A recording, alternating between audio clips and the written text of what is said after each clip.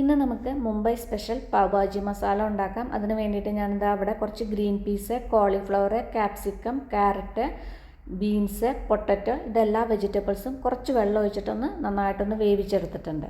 ഇനി ഒരു പാൻ വെച്ചിട്ട് അതിലേക്ക് ഒരു ടേബിൾ സ്പൂൺ നെയ്യോ ബട്ടറോ ഇട്ട് കൊടുക്കുക. പിന്നെ ഒരു 5-6 വലിയ വെളുത്തുള്ളി അല്ലി ചെറുതാക്കി ചോപ്പ് ചെയ്തിട്ട് അത് ഇതിലേക്ക് ഇട്ടിട്ടൊന്ന് മിക്സ് ചെയ്യുക.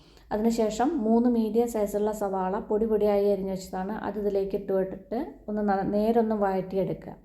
ഇപ്പോൾ സവാളയൊക്കെ നന്നായിട്ട് സോഫ്റ്റ് ആയിട്ടുണ്ട്. ഇനി ഇതിലേക്ക് വലിയൊരു തക്കാളി ചെറുതാക്കി കട്ട് ചെയ്തതും കൂടി ഇട്ടിട്ട് നേരൊന്ന് വഴറ്റിയെടുക്കുക. തക്കാളിയൊക്കെ സോഫ്റ്റ് ആവുന്നത് വരെ ഒന്ന് വഴറ്റുക. ഇപ്പോൾ തക്കാളിയൊക്കെ സോഫ്റ്റ് ആയിട്ടുണ്ട്. ഇനി ഇതുപോലെ ഒന്ന് നന്നായിട്ട് ഉടച്ചു കൊടുക്കുക. അതിനുശേഷം 1 ടീസ്പൂൺ മുളക് പൊടിയും, ഞാനിവിടെ MDHൻ്റെ പാവ് ഭാജി മസാലയാണ് യൂസ് ചെയ്യണത്, അതും 1 ടേബിൾ സ്പൂൺ ഇട്ടിട്ട് നേരൊന്ന് മിക്സ് ചെയ്തെടുക്കുക.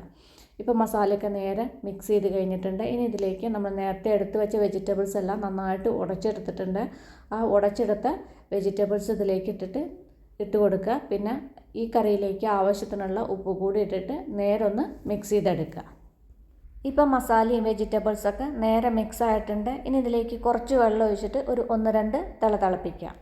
ഇപ്പോൾ വെള്ളമൊക്കെ തിളച്ച് കുറുകി നേരെ മസാലയൊക്കെ നന്നായിട്ട് വെന്തിട്ടുണ്ട്. ഇനി നല്ലൊരു സ്മെല്ലിന് വേണ്ടിയിട്ട് മീതൊരു 1-2 പിഞ്ച് പാവ് ഭാജി മസാല ഇട്ട് കൊടുക്കുക. 1/2 ടേബിൾ സ്പൂൺ നെയ്യോ ബട്ടറോ ഇടുക. കുറച്ച് പൊടിയായി എരിഞ്ഞ മല്ലിയിലയും കൂടി ഇട്ട് മിക്സ് ചെയ്തിട്ട് സ്റ്റവ് ഓഫ് ചെയ്യുക.